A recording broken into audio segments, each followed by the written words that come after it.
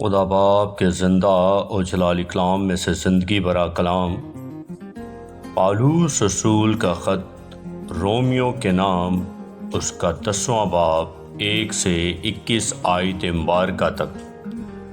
اے بھائیو، میرے دل کی آرزو اور ان کے لیے خدا سے میری دعا یہ ہے کہ وہ نجات پائیں، کیونکہ میں ان کا گواہ ہوں کہ وہ خدا کے بارے میں غیرت تو رکھتے ہیں مگر سمجھ کے ساتھ نہیں، اس لیے کہ وہ خدا کی راست بازی سے ناواقف ہو کر اور اپنی راست بازی قائم کرنے کی کوشش کر کے خدا کی راست بازی کے تابع نہ ہوئے، کیونکہ ہر ایک ایمان لانے والے کی راست بازی کے لیے مسیح شریعت کا انجام ہے۔ چنانچہ موسیٰ نے یہ لکھا ہے کہ جو شخص اس راست بازی پر عمل کرتا ہے جو شریعت سے ہے، وہ اسی کی وجہ سے زندہ رہے گا، مگر جو راست بازی ایمان سے ہے وہ یوں کہتی ہے کہ تو اپنے دل میں یہ نہ کہے کہ آسمان پر کون چڑھے گا، یعنی مسیح کے اتار لانے کو، یا گہراؤں میں کون اترے گا، یعنی مسیح کو مردوں میں سے جلا کر اوپر لانے کو، بلکہ کیا کہتی ہے یہ کہ کلام تیرے نزدیک ہے، بلکہ تیرے منہ اور تیرے دل میں ہے۔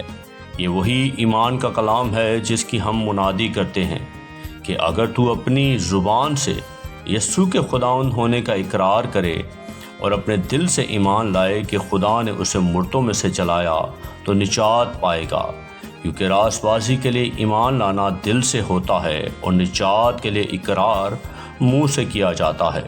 چنانچہ کتاب مقدس یہ کہتی ہے کہ جو کوئی اس پر ایمان لائے گا وہ شرمندہ نہ ہوگا، کیونکہ یہودیوں اور یونانیوں میں کچھ فرق نہیں، اس لیے کہ وہی سب کا خداوند ہے اور اپنے سب دعا کرنے والوں کے لیے فیاض ہے، کیونکہ جو کوئی خداوند کا نام لے گا نجات پائے گا۔